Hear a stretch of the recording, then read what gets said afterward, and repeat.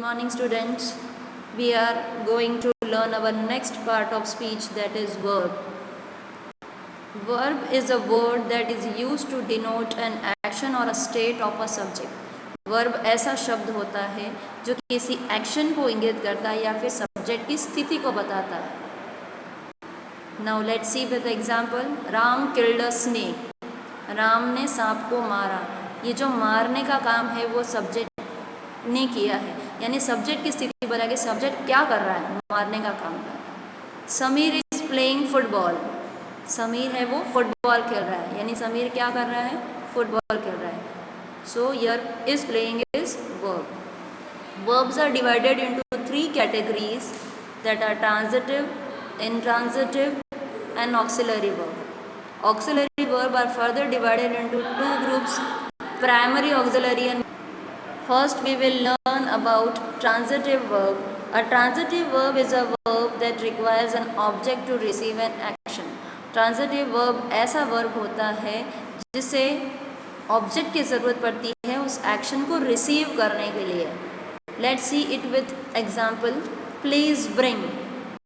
This sentence doesn't give complete sense without object.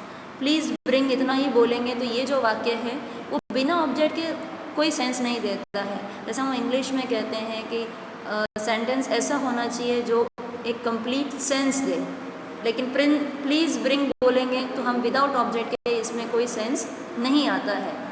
तो हमें उसके सेंस लाने के लिए हमें उसका ऑब्जेक्ट लाना ज़रूरी है. Please bring a glass of water. A glass of water is an object, यानी ये ट्रांजिटिव वर्ब है, उसका ऑब्जेक्ट आना ज़रूरी है. इट मीन्स जो वर्ब है उसके एक्शन का असर जिस पे पड़ रहा है उसका आना ज़रूरी है. शी मेड अ केक, यानी उसने क्या बनाया, केक बनाया. इट मीन्स केक यहाँ पर कंपलसरी था मेड के साथ. My father bought a pen. मेरे पिताजी पेन खरीद कर लाए. Next verb, intransitive verb. The verb used without an object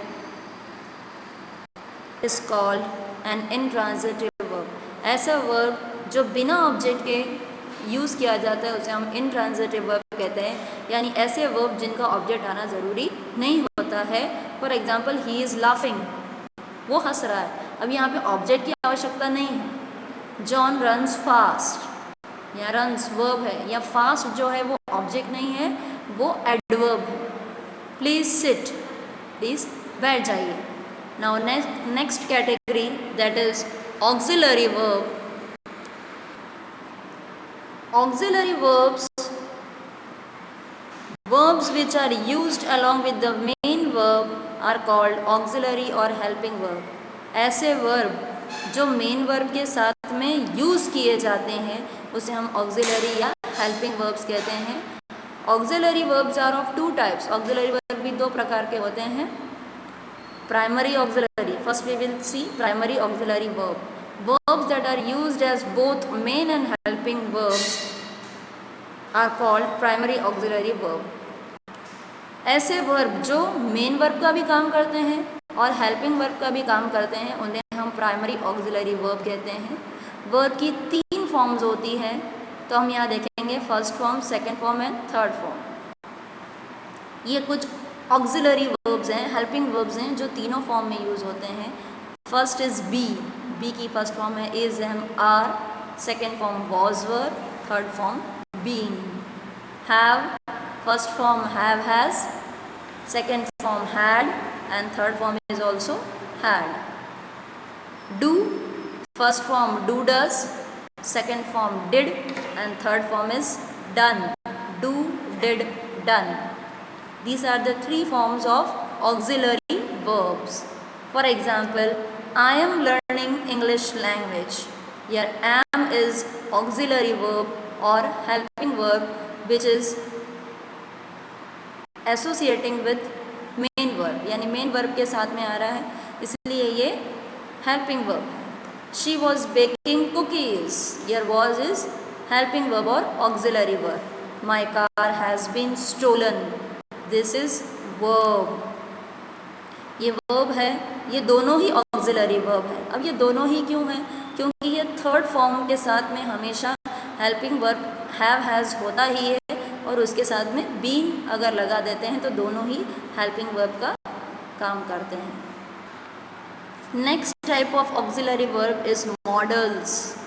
A modal verb is a type of verb that is used to indicate modality, यानी model जो verb है वो ऐसा वर्ब है जो मॉडलिटी को शो करता है, जैसे कि लाइकलीहुड यानी ऐसा प्रतीत होने को लाइकलीहुड कहते हैं, एबिलिटी क्षमता, परमिशन इजाज़त लेने के लिए, रिक्वेस्ट निवेदन करने के लिए, कैपेसिटी अपनी क्षमता बताने के लिए, सजेशन सुझाव देने के लिए, ऑर्डर आदेश देने के लिए, एडवाइस सलाह देने के लिए, etcetera.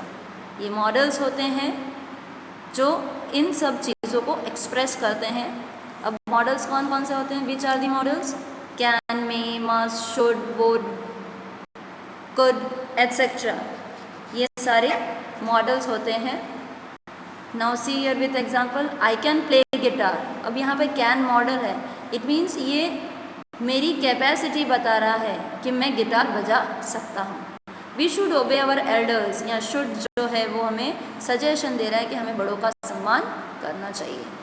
Now this is your home assignment. State whether the verbs in the following sentences are transitive और इनट्रांजिटिव वर्ब। आपको इन सेंटेंसेस में वर्ब को अंडरलाइन करना है और ये भी बताना है कि इनमें से कौन सा ट्रांजिटिव है और कौन सा इनट्रांजिटिव वर्ब है। Thank you.